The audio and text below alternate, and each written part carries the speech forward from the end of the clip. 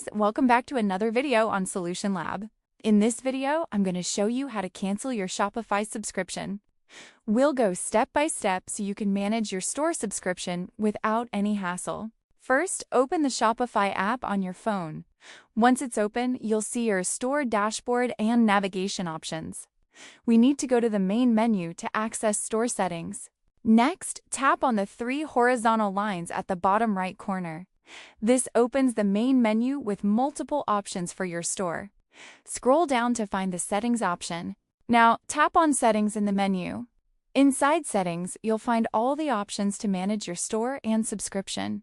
Scroll down inside Settings to find Plan under Store Settings.